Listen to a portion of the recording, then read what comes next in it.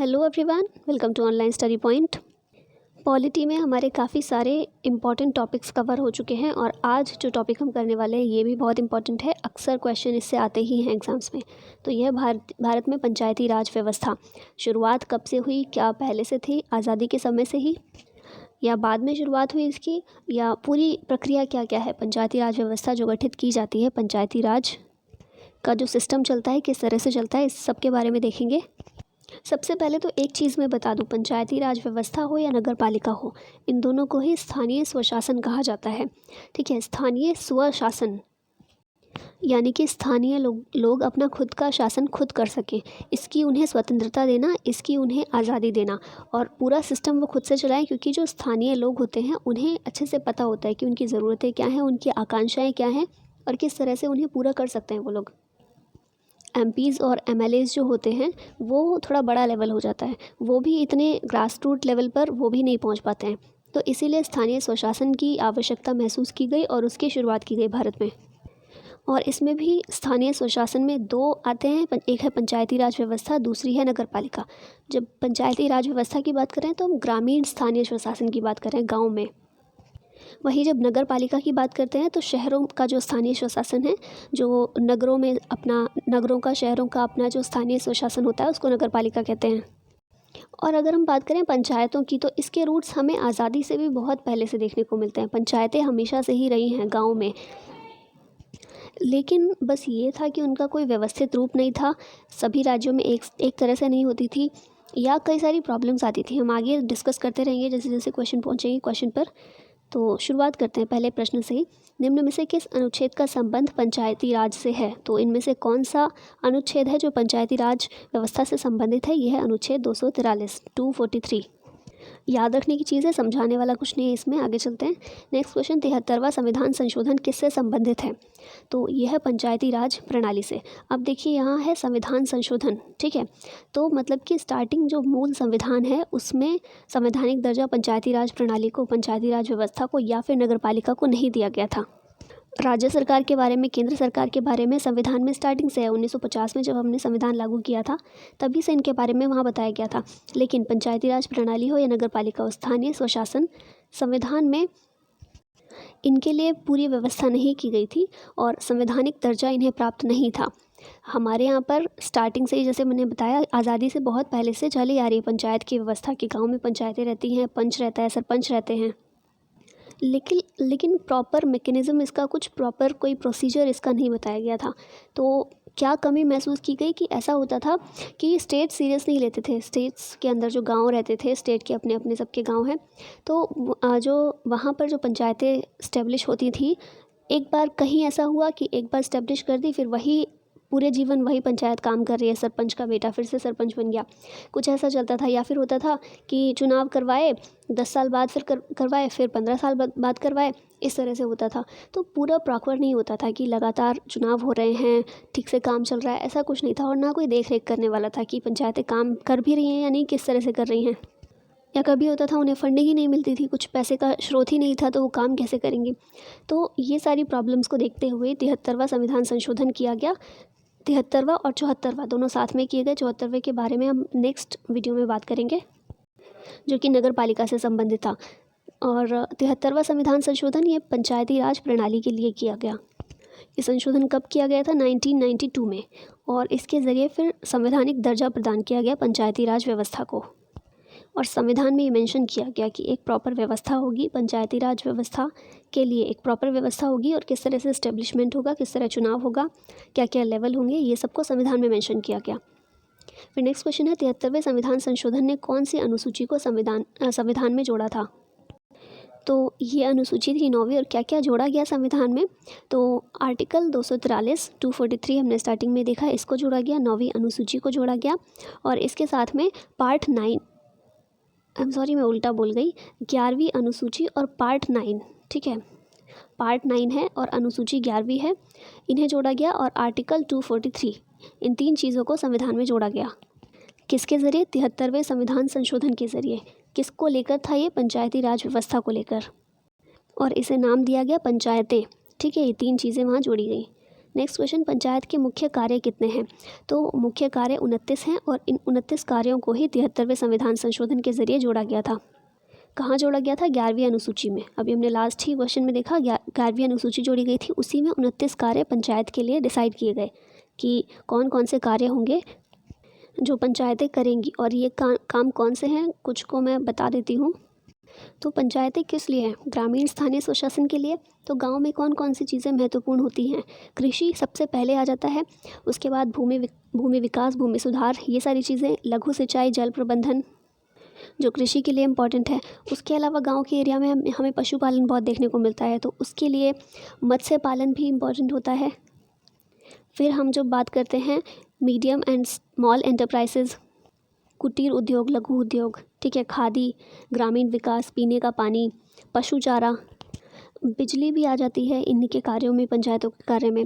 इसके अलावा गरीबी उन्मूलन कार्यक्रम, प्राथमिक और माध्यमिक शिक्षा। तो ये कुछ विषय हैं जो पंचायतों को सौंपे गए और टोटल नंबर कितने हैं? तो 29 कार्य सौंपे गए हैं।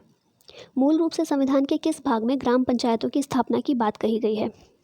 अब ये ध्यान दीजिएगा, यहाँ कहा क्या मूल रूप से मतलब 1950 में जो हमने संविधान अपनाया था, उस संविधान में हमने अभी देखा कि बाद में संवैधानिक दर्जा तो बाद में दिया गया, 1992 में संवैधानिक दर्जा मिला एक संशोधन के ज़रिए, लेकिन मूल रूप से भी बात की गई थी जो 1992 में जोड़ा गया, वो मैंने बताया भाग 9 में जोड़ा गया था। ठीक है, भाग 9 11वीं अनुसूची और 243 अनुच्छेद इनमें शामिल किया गया, लेकिन मूल रूप से कहाँ था? भाग 4 में। और पार्ट 4 ये किस बारे में है? याद कीजिए, डीपीएसपी, हमने इसके बारे में भी किया है अच्छे से।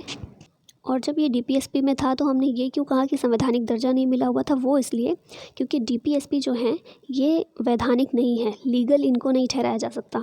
ये सिर्फ ऐसी चीज़ें बताई गई हैं, ऐसे सिद्धांत बताए हैं जिनके अनुसार राज्य काम करेगा, लेकिन अगर राज्य उनके अनुसार काम नहीं करता तो राज्य को उसके लिए जिम्मेदार नहीं ठहराया जा सकता।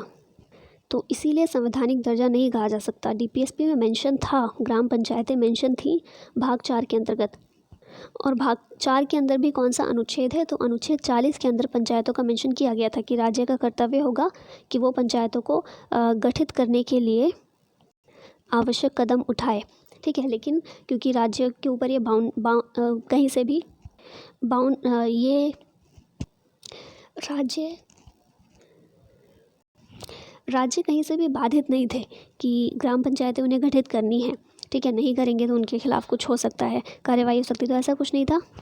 इसीलिए फिर ज़रूरत महसूस की गई कि संवैधानिक दर्जा दिया जाना चाहिए और फिर तभी 73वां संविधान संशोधन किया गया।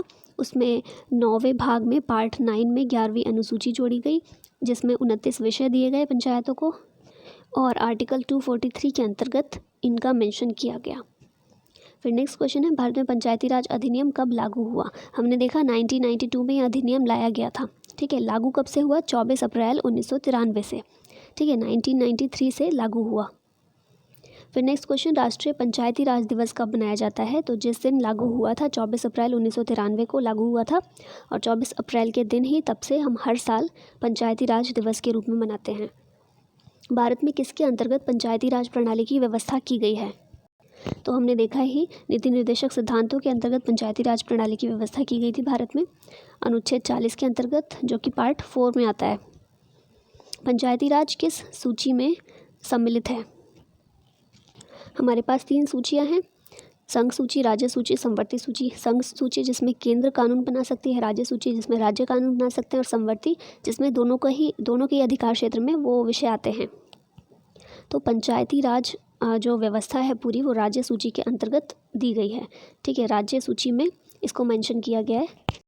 और पहले जो डीपीएसपी में था उसको संवैधानिक दर्जा देकर राज्य की जिम्मेदारी अब बना दी गई है कि राज्य की जिम्मेदारी है कि वो पंचायती राज व्यवस्था की स्थापना करे, पंचायतों की स्थापना करे अपने राज्यों में। तो ये राज्य सूची के अंतर्गत आता है। 73वें संविधान संशोधन के अनुसार पंचायती राज संस्था का कार्यकाल कितने वर्ष रखा गया है? जैसे लोकसभा, राज्यसभा, विधानसभा और विधान परिषद, इन सभी को हमने देखा कार्यकाल होता है इन सभी के सदस्यों का। तो पंचायती राज संस्था का कार्यकाल कितने वर्ष है? तो इनका कार्यकाल है 5 वर्ष। हर 5 साल बाद पंचायतों के चुनाव होते हैं हर एक गांव में। पंचायती राज प्रथम कहाँ प्रवर्तित किया गया? सबसे पहले पंचायती राज की स्थापना कहाँ हुई थी? तो देखिए, पंचायत के लिए ना, पंचायती राज व्यवस्था को स्थापित करने के लिए कई सारी समितियों की टाइम टाइम पर स्थापना की जाती रही है। कई सारी समितियां बनाई जाती रही हैं।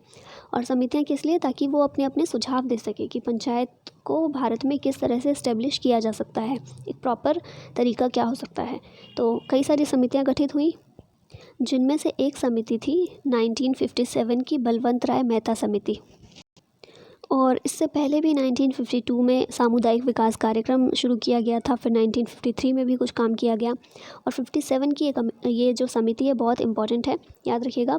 1957 में बलवंत राय मेहता समिति। अभी देखिए, समितियां बननी और काम इतनी पहले से शुरू हो गया था, ठीक है। और संवैधानिक दर्जा कब मिला? 1992 के अधिनियम से। तो इतना लेट क्यों हुए? लेट इसलिए हुए क्योंकि पहले कोशिश कर रहे थे कि संवैधानिक संशोधन की ज़रूरत ना पड़े, ऐसे ही शुरुआत अगर हो जाए तो और अच्छा है, ठीक है। तो इसीलिए काम पहले से चालू हो गया था। और 1957 में ये जो समिति का गठन हुआ, इसने 1958 में अपनी रिपोर्ट सौंपी। और इसकी रिपोर्ट के आधार पर ही राजस्थान देश का ऐसा पहला राज्य था जिसने अपने यहाँ पंचायतों का गठन किया, पूरे तरीके के साथ। जो व्यवस्थाएं बलवंत राय मेहता समिति ने दी थी, जो अपनी अनुशंसाएं दी थी, जो सिफारिशें की थी, उन्हीं के अनुसार स्थापना की गई राजस्थान में। लेकिन राजस्थान के भी पूरे राज्य में नहीं इसको लागू किया गया था। 1959 में, और किस दिन? 2 अक्टूबर के दिन। याद रखना आसान है, गांधी जयंती के दिन शुरुआत की गई थी। राजस्थान ऐसा पहला राज्य था जहां पंचायती राज की शुरुआत की गई 1959 में 2 अक्टूबर के दिन। लेकिन पूरे राज्य में नहीं, बल्कि एक ज़िले में शुरुआत कहाँ से हुई? राजस्थान के नागौर ज़िले से, ठीक है। फिर कुछ और ज़िलों में भी इसकी स्थापना की गई, लेकिन पूरे राज्य में नहीं की गई थी। तो ज़िला भी याद रखिएगा, कई बार ज़िला भी पूछ लेते हैं एग्जाम्स में कि राजस्थान का कौन सा ज़िला था। तो राजस्थान के नागौर ज़िले में, ठीक है। राजस्थान के नागौर ज़िले में 2 अक्टूबर के दिन, 2 अक्टूबर 1959 को सबसे पहले पंचायती राज का गठन किया गया। किस समिति की सलाह के आधार पर? तो 1957 में जो बलवंत राय मेहता समिति थी, उसकी सिफारिशों के आधार पर। फिर नेक्स्ट क्वेश्चन है, सर्वप्रथम किस राज्य में पूर्ण रूप से पंचायती राज लागू हुआ? पूर्ण रूप से, ठीक है। कौन से राज्य में पूर्ण रूप से लागू हुआ? तो ये है आंध्र प्रदेश। ये भी 1959 में ही लागू हुआ था, लेकिन जहां राजस्थान के सिर्फ कुछ ज़िलों में नागौर से शुरुआत हुई थी और फिर कुछ ज़िलों में उसे पंचायतों को लागू किया गया। आंध्र प्रदेश में पूरे राज्य में, ठीक है, पूर्ण रूप से लागू किया। और फिर 1960 आते आते कई सारे राज्य ऐसे थे जिन्होंने समिति की सिफारिश के आधार पर अपने अपने राज्य में पंचायती राज व्यवस्था को लागू किया। नेक्स्ट क्वेश्चन है, भारत में सबसे पहले राजस्थान में पंचायती राज की स्थापना कब हुई? तो ये हम बात कर चुके हैं 1959 में। और फिर पूर्ण रूप से आंध्र प्रदेश में भी 1959 में ही स्थापना हुई थी। नेक्स्ट क्वेश्चन है, पंचायत के चुनाव कराने हेतु निर्णय किसके द्वारा लिया जाता है? तो हमने देखा ही पंचायत का जो विषय है कौन सी सूची में दिया है? राज्य सूची में। तो ये जो निर्णय होता है पंचायत के चुनाव कराने का, ये भी राज्य सरकार के द्वारा लिया जाता है, ठीक है। केंद्र का कोई हस्तक्षेप नहीं है, क्योंकि ग्राम की बात हो रही है, स्थानीय बात हो रही है, तो केंद्र तक नहीं पहुंचते, राज्यों के स्तर पर इसको काम सौंपा गया है, ठीक है। तो राज्य सरकार। पंचायती राज्य संस्थाओं के निर्वाचन हेतु कौन उत्तरदायी है? लास्ट क्वेश्चन जो था वो था कि निर्वाचन का डिसीजन कौन लेता है। यहाँ है कि निर्वाचन का डिसीजन तो हो गया, अब निर्वाचन के लिए उत्तरदायी कौन है, कौन चुनाव कराएगा, कौन डेट डिसाइड करेगा, कौन सब कुछ देखेगा? तो ये होता है राज्य निर्वाचन आयोग की देखरेख में, ठीक है। निर्वाचन आयोग जो होता है, इसका भी हम देखेंगे आगे बाद में किसी वीडियो में। तो निर्वाचन आयोग होता है, एक केंद्र का है, और सभी राज्यों के भी निर्वाचन आयोग हैं, ठीक है। तो जो पंचायतों के जो भी चुनावी प्रक्रिया होती है, उसकी तैयारी, उसकी देखरेख, उसकी मतदाता सूची तैयार करना, नियंत्रण करना, पूरी तरह से चुनाव करवाना, और जो भी पूरा प्रोविज़न करना है, वो काम होता है राज्य निर्वाचन आयोग के अधिकार क्षेत्र में आता है वो। निम्न में से किस समिति की सिफारिशों के आधार पर भारत में पंचायती राज का उदय हुआ था? तो ये भी मैं बता चुकी हूँ, 1957 की बलवंत राय मेहता समिति। पुंछी समिति या पुंछी आयोग की अगर बात करें, अगर ये आपसे कोई पूछे ये किससे रिलेटेड थी, तो ये केंद्र राज्य संबंध किस तरह से मैनेज हो सकते हैं, इसको लेकर ये आयोग बनाया गया था, पुंछी आयोग, ठीक है। इसका राइट आंसर है बी, बलवंत राय मेहता समिति। इसके अलावा सिंघवी समिति, ये भी पंचायती राज के लिए ही बनाई गई थी। और भी कुछ समितियाँ हैं, जैसे बलवंत राय की बात कर ली, उसके बाद बलवंत राय की टाइमिंग थी 1957, ठीक है। उसके बाद 1977 में अशोक मेहता समिति बनाई गई थी। ये 1977 की अशोक मेहता समिति भी इम्पॉर्टेंट है, क्योंकि इसने जो सिफारिशें की थी, कुछ राज्यों ने उन सिफारिशों को भी अपनाया। वैसे तो ओवरऑल जो लागू की गई है पूरे भारत में, जो पंचायती राज व्यवस्था लागू की गई है, वो बलवंत राय मेहता समिति की सिफारिशों के आधार पर ही है। लेकिन कुछ कुछ राज्यों ने उसको भी अपनाया है। तो इसलिए अशोक मेहता समिति ये याद रखनी भी इम्पॉर्टेंट है। इसके अलावा कुछ समितियाँ हैं, जैसे GV राव समिति का गठन किया गया था 1985 में। फिर इसके एक साल बाद ही 86 में LM सिंघवी समिति, ये जो है सिंघवी समिति LM सिंघवी, इस समिति का गठन किया गया था 1986 में। और 1988 में भी एक समिति का गठन किया गया था जिसका नाम है थुंगन समिति। के थुंगन इसके अध्यक्ष थे, तो उन्हीं के नाम पर इस समिति का नाम पड़ा। और इसके बाद 1988 में ही एक गाडगिल समिति का भी गठन किया गया था। तो ये कुल समितियां हैं जिनका गठन किया गया। और फिर फाइनली पंचायती राज के संवैधानिकरण की प्रक्रिया शुरू हो गई थी। प्रक्रिया क्यों शुरू हो गई थी, मैं ऐसा क्यों बोल रही हूँ, ऐसा इसलिए क्योंकि ऐसा नहीं हुआ कि 1992 में ऐसा एक अधिनियम लेकर आए और उसको पास करा दिया, बस हो गया काम। इससे पहले 1989 में राजीव गांधी की जब सरकार थी, उस समय भी ये विधेयक लेकर आया गया था, संविधान संशोधन विधेयक लाया गया था, 64वां संविधान संशोधन विधेयक, जिसमें कहा गया था कि पंचायतों का संवैधानिकरण किया जाना चाहिए। लेकिन क्या हुआ कि लोकसभा में तो ये बिल पारित हो गया था, पास हो गया था, राज्यसभा ने इसे पारित नहीं किया था। हमने पूरी प्रक्रिया देखी है ना, कोई भी बिल लेकर आते हैं तो उसके पास कराने के लिए क्योंकि एक साधारण विधेयक था, साधारण विधेयक नहीं, संविधान संशोधन विधेयक था, ठीक है, तो उसमें दोनों की मंजूरी चाहिए होती है। तो लोकसभा ने पारित किया, राज्यसभा ने नहीं किया, तो कैंसिल हो गया, पारित नहीं हो पाया। फिर उसके बाद VP सिंह की सरकार आई 1989 में ही, ठीक है, राजीव गांधी की सरकार ख़त्म हुई, VP सिंह की सरकार आई, तो उन्होंने भी इसकी शुरुआत की। 1990 में फिर से एक विधेयक लेकर आए, संशोधन विधेयक। लेकिन क्या हुआ था, VP सिंह की सरकार गिर गई थी, ठीक है, कार्यकाल पूरा नहीं किया था, तो सरकार गिर गई, तो विधेयक भी समाप्त हो गया। फिर उसके बाद PV नरसिम्हा राव वो प्रधानमंत्री बने भारत के, और फिर से ये प्रक्रिया शुरू हुई कि पंचायतों को संवैधानिकरण किया जाना चाहिए। और फिर फाइनली 1992 में संविधान संशोधन विधेयक लाया गया, और 73वां संविधान संशोधन विधेयक 1992 ये कहा जाता है, इस नाम से जानते हैं। और फिर फाइनली 24 अप्रैल 1993 से भारत में पंचायती राज व्यवस्था, इसको लागू कर दिया गया। तो इस तरह से शॉर्ट में मैंने पूरी हिस्ट्री बता दी है, इसमें मेंशन नहीं है ये सब कुछ, तो इसलिए बेटर होगा कि आप लोग इसको नोट कर लें कहीं अपने रजिस्टर में। नेक्स्ट क्वेश्चन है, भारत के पंचायती राज व्यवस्था का वास्तुकार किसे कहा जाता है?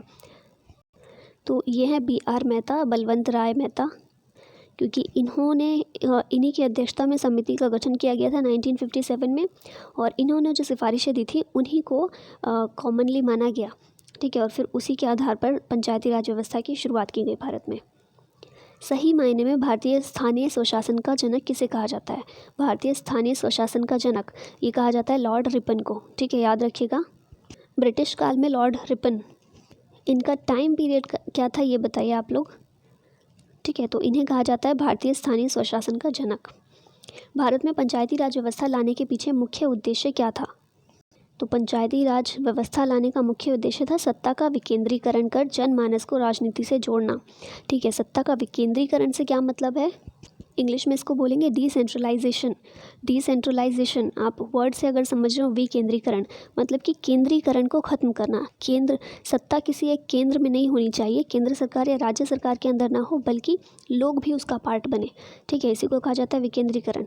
तो सत्ता का विकेंद्रीकरण यही उद्देश्य था पंचायती राज व्यवस्था को लाने का, ताकि राजनीति में हर एक व्यक्ति को शामिल किया जा सके। अशोक मेहता समिति ने पंचायती राज व्यवस्था के अंतर्गत कितने स्तरीय ढांचे की स्थापना की सलाह दी? तो अशोक मेहता समिति मैंने बताया इंपॉर्टेंट है, 1977 में इस समिति की स्थापना की गई थी, और इसके हिसाब से पंचायती राज व्यवस्था के 2 लेवल इसने बताए थे। 2 स्तरीय पंचायती राज व्यवस्था की स्थापना के लिए इसने सिफारिश की थी। कौन कौन से 2 स्तरों की बात की थी? तो आंसर है B और C दोनों, मंडलीय पंचायत और ज़िला परिषद, ठीक है। मंडल और ज़िला ये 2 लेवल पर पंचायती राज व्यवस्था स्थापित होनी चाहिए, ऐसा अशोक मेहता समिति का कहना था।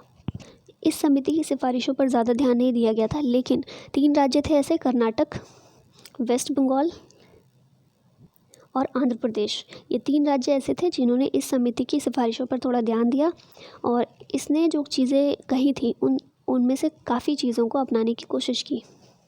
ये हम कब की बात कर रहे हैं? जब संवैधानिक दर्जा नहीं प्राप्त हुआ था, ठीक है, पंचायतों को, तब की बात कर रहे हैं। तो तभी अशोक मेहता समिति आई थी, और उस समय पर ही हमने देखा कि 1959 में राजस्थान में सबसे पहले स्थापना हुई, फिर आंध्र प्रदेश ने की, ठीक है, पंचायती राज व्यवस्था की स्थापना, तो उस समय पर राज्यों ने शुरू कर दिया था, संवैधानिक दर्जा नहीं प्राप्त हुआ था। तो उस समय की बात चल रही है। अशोक मेहता समिति ने जो सिफारिशें दी थी, बाकी सभी स्टेट ने ध्यान नहीं दिया, ज़्यादा बात इस पर नहीं हो पाई, लेकिन ये 3 स्टेट्स थे जिन्होंने इस समिति की सिफारिशों को थोड़ा अपनाने की कोशिश की। भारत में कितने स्तरीय पंचायती राज की स्थापना की बात कही गई है? अशोक मेहता समिति ने 2 लेवल की बात की थी, लेकिन भारत में जो पंचायती राज व्यवस्था की स्थापना की गई है वो 3 स्तर पर की गई है। और 3 स्तर की जो पंचायती राज व्यवस्था है उसकी बात बलवंत राय मेहता समिति ने की थी। ठीक है, बलवंत राय मेहता समिति ने 3 स्तरीय पंचायती राज व्यवस्था की बात की थी। प्राय पंचायत समिति में कितने प्रकार के सदस्य होते हैं? अभी यहाँ पंचायत समिति की बात आ गई है, लेकिन इससे करने से पहले मैं 3 लेवल बता देती हूँ। लास्ट क्वेश्चन पर ही आते हैं। पहले 3 स्तर जो हैं, ये 3 स्तर कौन कौन से हैं? 3 स्तर हैं, एक गांव के स्तर पर, विलेज लेवल पर, एक ब्लॉक के स्तर पर, एक ज़िला या फिर डिस्ट्रिक्ट लेवल पर। ये 3 स्तरों की बात की गई है। जो अशोक मेहता ने बात की थी सिर्फ इन 2 लेवल की बात की थी, विलेज लेवल छोड़ दिया था। ठीक है, लेकिन बलवंत राय मेहता समिति ने 3 स्तरों की बात की और इन्हीं 3 को पंचायती राज में व्यवस्था की गई है, इन 3 लेवल की। ठीक है, विलेज स्तर पर कौन सी होगी? गांव के स्तर पर ग्राम पंचायत, ब्लॉक के स्तर पर पंचायत समिति, जिसका अभी हमने क्वेश्चन देखा वो ब्लॉक स्तर पर है, और फिर डिस्ट्रिक्ट लेवल पर जिला परिषद। ठीक है, तो याद रखिएगा ये 3 लेवल हैं। अब इसमें से पंचायत समिति की बात की जा रही है जो कि ब्लॉक स्तर पर होती है। तो पूछा जा रहा है कि यहाँ कितने प्रकार के सदस्य होते हैं? तो इसका आंसर है उपरोक्त सभी पदेन सदस्य भी होते हैं, सहयोगी सदस्य भी होते हैं और सहयोजित सदस्य भी होते हैं। और इसमें भी एक बात याद रखने की है कि जो हमने 3 स्तरों की बात की, ग्राम पंचायत जो थी, गांव के स्तर पर विलेज लेवल पर ग्राम पंचायत थी, उसके चुनाव प्रत्यक्ष रूप से होते हैं, जबकि बाकी 2 लेवल हैं पंचायत समिति और ज़िला परिषद, इनका गठन अप्रत्यक्ष रूप से चुने सदस्यों के द्वारा होता है। और इसके अलावा पंचायत समिति जो है ये कार्यकारी निकाय है। ठीक है, इसको एक कार्यकारी निकाय माना जाता है और ज़िला परिषद को सलाहकारी निकाय माना जाता है। मतलब ये जो तीनों लेवल हैं इनमें सबसे ऊपर कौन सा होगा, सबसे बड़ा लेवल कौन सा है? ज़िला परिषद। उसके बाद आता है पंचायत समिति और फिर सबसे छोटा लेवल है इसमें ग्राम पंचायत का। ग्राम पंचायत के अंदर भी जो विलेज लेवल पर ग्राम पंचायत है इसके अंदर भी एक महत्वपूर्ण संस्था होती है, ग्राम सभा। ठीक है, ये क्या है? ग्राम सभा गांव के हर एक वयस्क व्यक्ति, मतलब ऐसा कोई भी व्यक्ति जो वोट करने के लिए एलिजिबल है, वोट देने के लिए, उन सभी व्यक्तियों से मिलकर बनी हुई एक सभा होती है। इसमें हर एक व्यक्ति शामिल होता है और ये ज़्यादा ग्रास रूट लेवल से जुड़ी हुई संस्था है क्योंकि हर एक व्यक्ति शामिल है इसमें। समय समय पर इसकी बैठक भी होती रहती है और डायरेक्ट बातचीत हो सकती है। आप सोचिए ना, गाँव के लोग हैं, सभी लोग जितने भी मैच्योर लोग हैं, मैच्योर लोग हम किन्हें कह रहे हैं? जो वयस्क मताधिकार के लिए एलिजिबल हैं। ठीक है, तो जितने भी लोग हैं वो खुद से आ रहे हैं, बैठक कर रहे हैं, अपनी बात सामने रख रहे हैं, तो इससे बड़ी चीज़ और क्या होगी? इससे बड़ा लोकतंत्र कुछ हो ही नहीं सकता। तो ग्राम पंचायत जो होती है इसके अंदर ग्राम सभा ये बहुत इंपॉर्टेंट संस्था है। फिर नेक्स्ट क्वेश्चन है, निम्न में से किस पद्धति की स्थापना प्रत्यक्ष चुनाव के आधार पर की जाती है? तो मैंने बताया ग्राम पंचायत की जो स्थापना होती है वो प्रत्यक्ष रूप से की जाती है, बल्कि ब्लॉक समिति और ज़िला परिषद इन दोनों की स्थापना अप्रत्यक्ष तरीके से। ठीक है, अप्रत्यक्ष रूप से चुने हुए प्रतिनिधियों के द्वारा। नेक्स्ट, पंचायतों में सभी स्तरों पर महिलाओं के लिए कितने पद आरक्षित होते हैं? तो महिलाओं के लिए 1/3 पद आरक्षित होते हैं और ये इकलौता ऐसा स्तर है हमारे यहाँ पे सरकार का जहाँ पर महिलाओं के लिए पद आरक्षित हैं, महिलाओं के लिए सीटें आरक्षित हैं 1/3। ठीक है, इसके अलावा हम अक्सर जो नेता लोग हैं बात करते रहते हैं कि लोकसभा में भी सीटों का आरक्षण होना चाहिए महिलाओं के लिए, लोकसभा, राज्यसभा या फिर कहीं संसद में भी सीटों का आरक्षण होना चाहिए, क्योंकि वहाँ पर बहुत कम हमें देखने को मिलती है महिलाओं की जो संख्या है, लेकिन वहाँ पर ये बिल कभी पास ही नहीं हो पाता है। जॉइंट सेशन भी बल्कि इसके लिए हुआ था, लेकिन वहाँ भी कुछ इस पर कार्यवाही नहीं हो पाई, पास नहीं हो पाया ये। लेकिन पंचायत और नगर पालिका इन दोनों में ही महिलाओं के लिए 1/3 पद आरक्षित हैं, 1/3 सीटें आरक्षित हैं। लेकिन ये तो बात हो गई याद रखने वाली चीज़ की 1/3 आरक्षित हैं। अगर एनालाइज करने की बात की जाए कि पद तो आरक्षित हैं, सीटें आरक्षित हैं महिलाओं के लिए, लेकिन क्या फ़ायदा उसका मिला है? तो इसके लिए कई सारे तर्क दिए जा सकते हैं, पक्ष में भी विपक्ष में भी। ठीक है, क्योंकि ये होता है कि जहाँ महिलाओं के बिल्कुल गांव के स्तर पर बात की जा रही है ना, महिलाओं की जहाँ पर कुछ ज़्यादा वैल्यू नहीं समझी जाती ज़्यादातर, ठीक है, मोस्टली, मैं नहीं कह रही हूँ कि हमेशा, लेकिन ज़्यादातर ऐसा होता है, ज़्यादा वैल्यू नहीं होती है। तो ऐसी जगहों पर महिलाएं अगर पहुँच भी रही हैं ना, अगर सरपंच के लेवल तक भी महिलाएं पहुँच रही हैं, उनके लिए कुछ सीट आरक्षित हैं, वो उन सीटों पर बैठ रही हैं जाके, तो बहुत बड़ी बात होती है। लेकिन इसके विपक्ष में ये तर्क दिए जाते हैं कि ऐसा होता है, और कहीं ना कहीं सच भी है, लेकिन हमेशा नहीं, ठीक है, कि महिलाएं जाती तो हैं, वोट लड़ती हैं, वो चुनाव में खड़ी होती हैं और उसके बाद जीतती हैं, लेकिन उनके पीछे काम जो होते हैं, उनके घर के जो जेंट्स होते हैं, चाहे पिता हो, पति हो या भाई हो, वो लोग काम करते हैं। तो उनका जो डिसीजन मेकिंग में उनका कोई हाथ नहीं होता, सिर्फ नाम के लिए महिलाएं रहती हैं। लेकिन फ़ायदा तो ऑब्वियसली है, अगर 1/3 महिलाओं के लिए सीटें आरक्षित हैं, अगर इनमें से 1 या 2 भी महिलाएं हैं जो अपने दम पर जाकर लड़ रही हैं, अपने डिसीजन मेकिंग में उनका पूरा हाथ है, अपने हिसाब से काम कर रही हैं, तो वो भी बहुत बड़ी बात हो जाती है। तो इसलिए ये तो नहीं कह सकते कि इसको ख़त्म करना चाहिए, लेकिन वही ना, हर एक चीज़ के 2 पहलू होते हैं, हर एक सिक्के के 2 पहलू हैं, तो वैसा ही कुछ। नेक्स्ट क्वेश्चन, यदि पंचायत भंग होती है तो कितनी अवधि के अंदर निर्वाचन होना अनिवार्य है? तो कोई से भी अगर चुनाव हैं, लोकसभा में भी यही था, राज्यसभा तो खैर भंग ही नहीं होती है, विधानसभा में भी यही था कि अगर भंग होती है तो 6 महीने के अंदर अंदर चुनाव होने ज़रूरी हैं। और सेम ये पंचायत का भी है, अगर भंग हो गई है पंचायत, 5 साल का वैसे टर्म है, लेकिन अगर 5 साल से पहले भंग हो गई है तो 6 महीने से ज़्यादा वो खाली नहीं रहेंगी वो सीट्स, ठीक है, 6 महीने के अंदर अंदर चुनाव करवाना ज़रूरी है। पंचायत चुनाव के लिए उम्मीदवार की आयु कितनी होनी चाहिए? अभी आप लोग बताइए, लोकसभा, राज्यसभा, विधान सभा और विधान परिषद, इनके लिए कितनी कितनी आयु की ज़रूरत है?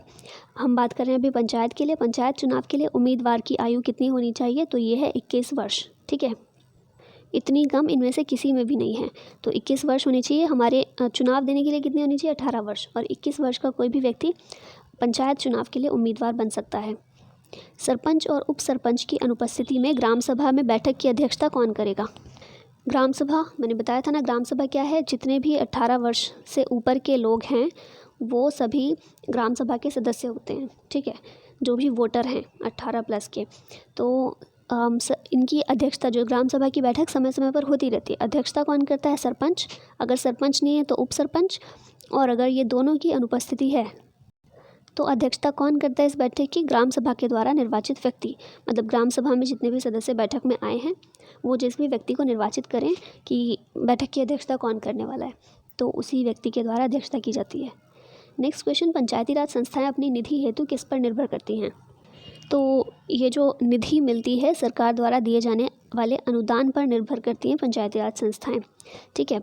और कौन सी सरकार? राज्य सरकार। हमने देखा था स्टेट्स के ऊपर सारा कार्यभार सौंपा गया है, तो स्टेट्स की जो भी सरकारें होती हैं, स्टेट्स की गवर्नमेंट्स होती हैं, उनके द्वारा जो अनुदान दिया जाता है, ठीक है। अनुदान क्या होता है? अनुदान टैक्स नहीं, टैक्स कहाँ जा रही हूँ, अनुदान ऋण नहीं है, कोई उधार नहीं होता। उधार में हमें ब्याज भी चुकाना पड़ता है और उसे वापस भी करना पड़ता है।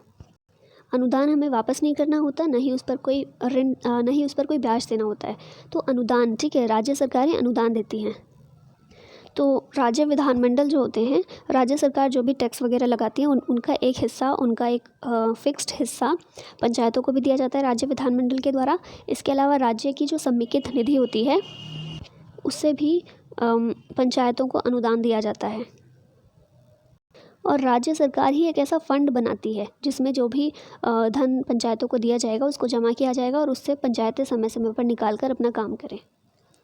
ग्राम पंचायतों की आय का स्रोत क्या होता है? अभी हमने बात की थी निधि कैसे, फंड कैसे जमा करते हैं, तो राज्य सरकार फंड देती है।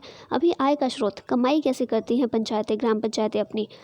तो वो होती है मेले और बाज़ार में लगने वाला कर, ठीक है।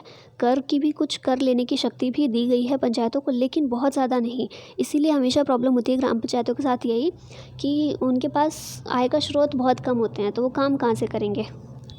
टैक्स लगा सकते हैं लेकिन सीमित तौर पर। तो उन्हीं में मेले और बाज़ार में लगने वाला कर शामिल है जो पंचायतें लगा सकती हैं। किस राज्य में पंचायती राज प्रणाली नहीं है?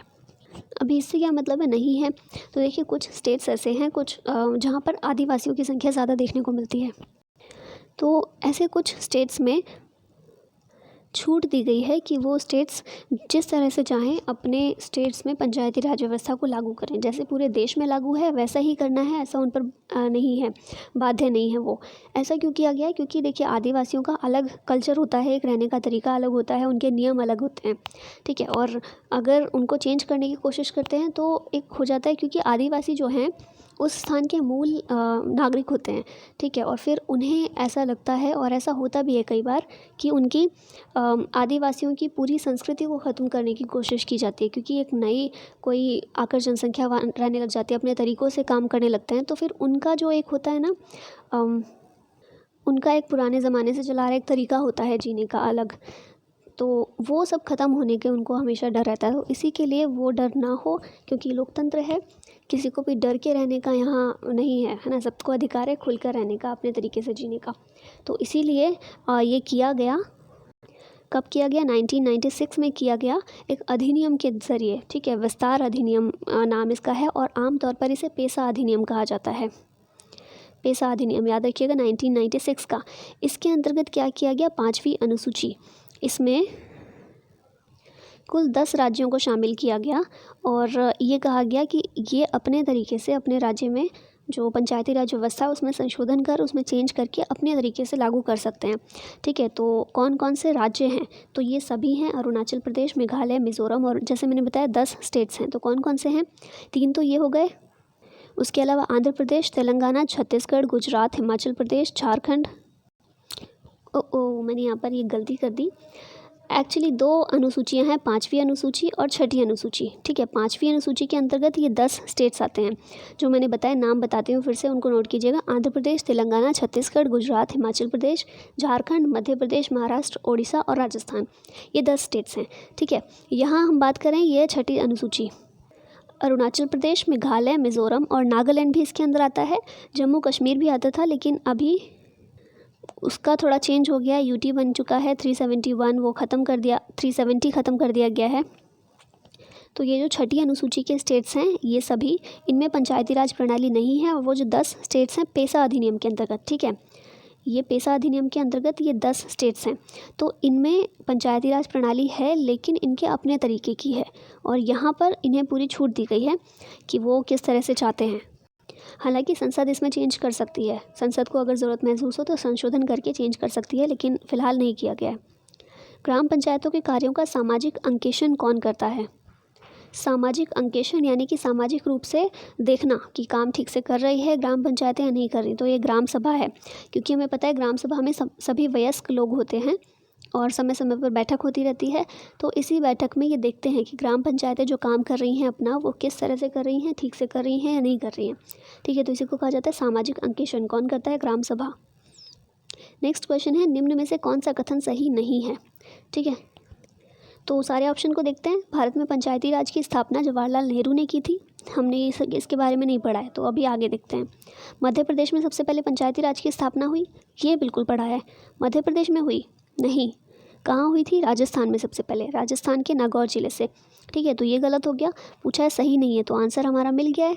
बाकी देख लेते हैं। 73वां संविधान संशोधन 1992 से लागू हुआ था, बिल्कुल ठीक है। तमिलनाडु ने द्विस्तरीय पद्धति अपनाई, ये भी बिल्कुल ठीक है, ठीक है। तो हमें आंसर मिल गया, क्या है? बी। मध्य प्रदेश में नहीं हुई थी, बल्कि राजस्थान में हुई थी। तो इस तरह से बाकी सारे ऑप्शन तो ठीक ही होंगे। फिर ग्राम सभा के संबंध में कौन सा कथन सही नहीं है? यहाँ भी पूछा गया सही नहीं है, पढ़ते हैं एक एक करके। ग्राम सभा में गांव स्तर पर गठित पंचायत क्षेत्र में निर्वाचित सूची में पंजीकृत व्यक्ति होते हैं। मैंने बताया ये कि पंचायत क्षेत्र में जितने भी निर्वाचक सूची में पंजीकृत व्यक्ति होंगे, 18+ जितने भी लोग होंगे, वो सभी इसके पार्ट होते हैं, इसमें शामिल होते हैं, बिल्कुल ठीक है। यह पंचायत क्षेत्र में पंजीकृत मतदाताओं की ग्राम स्तरीय सभा है, ये भी बिल्कुल ठीक है। इसकी शक्तियाँ विधानमंडल द्वारा निर्धारित की गई हैं, ये भी ठीक है। और गलत कौन सा है? यह वही कार्य कर सकती है जो कि केंद्र सरकार ने बताएं। अब देखिए, बाकी ऑप्शंस अगर आपको नहीं भी पता हो तो यहाँ से आप पकड़ सकते हैं कि नहीं, केंद्र सरकार ने बताया है। मैंने बताया था कि राज्य सूची में इसे शामिल किया गया, सारा काम राज्य को सौंपा गया, केंद्र से कोई मतलब नहीं है, ठीक है। तो केंद्र सरकार फिर कैसे आ जाएगा? केंद्र सरकार कैसे बता सकती है कि आप ये काम करो या नहीं करो? फिर नेक्स्ट क्वेश्चन है, पंचायती राज के संबंध में कौन सा कथन सही है? अभी यहाँ बोला गया सही है, ठीक है, तो मतलब एक ही कोई सही होगा, बाकी सारे गलत होंगे। कौन सा है देखते हैं। माध्यमिक और जिला स्तर के प्रमुखों के लिए प्रत्यक्ष चुनाव होता है, बिल्कुल गलत है ये। क्यों? क्योंकि कहाँ जो पहला स्तर होता है ग्राम पंचायत जो है उसके लिए प्रत्यक्ष चुनाव होता है, माध्यमिक और जिला स्तर के लिए अप्रत्यक्ष होता है। फिर है पंचायतों में चुनाव लड़ने के लिए न्यूनतम आयु 18 वर्ष होनी चाहिए, बिल्कुल नहीं, 21 वर्ष थी। पंचायती राज संस्थाओं का चुनाव राज्य निर्वाचन आयोग कराता है, ये वाला स्टेटमेंट बिल्कुल ठीक है।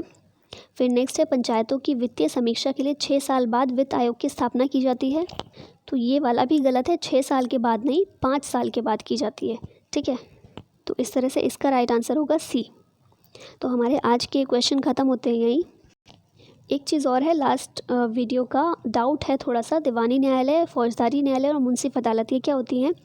तो दीवानी न्यायालय की अगर बात करें तो जो भी सिविल मामले होते हैं, जैसे कि संपत्ति से रिलेटेड कोई मामला हो गया, मान लीजिए मकान मालिक और किराएदार के बीच कोई झगड़ा हो जाता है, ठीक है, किराए को लेकर या किसी किराए को लेकर ही, तो वो जो मामले को सॉल्व करेगी उसे कहा जाएगा दीवानी न्यायालय, ठीक है। फौजदारी न्यायालय क्रिमिनल कोर्ट इसको बोलते हैं। क्रिमिनल कोर्ट नाम से ही समझ आता है, फौजदारी न्यायालय यानी कि क्राइम से रिलेटेड, कोई मर्डर हो गया है, रेप हो गया है, कोई खून खराबा हो गया है, तो ये जो भी मामले होते हैं ये फौजदारी न्यायालय में जाते हैं। और मुंसिफ अदालत क्या है? जो दीवानी मामले हैं, दीवानी न्यायालय के जो मामले होते हैं, सबसे छोटा स्तर उसका, ठीक है, सबसे छोटा लेवल। जैसे हमने अभी आज ही के लेक्चर में बात की ना, पंचायतें जो होती हैं 3 स्तर होते हैं उसके, सबसे छोटा स्तर कौन सा है? ग्राम पंचायत। तो ऐसे ही जो दीवानी न्यायालय है उसका सबसे छोटा स्तर वो होता है मुंसिफ अदालत, ठीक है। मुंसिफ अदालत में दीवानी मामले, सिविल मामले देखे जाते हैं। तो आई होप डिफरेंस समझ में आया होगा। जो क्वेश्चंस पूछे हैं उनका आंसर ज़रूर कीजिएगा। तो इसी के साथ इस वीडियो को यहीं ख़त्म करते हैं और मिलते हैं नेक्स्ट वीडियो में। Thank you so much for watching the video. जय हिंद।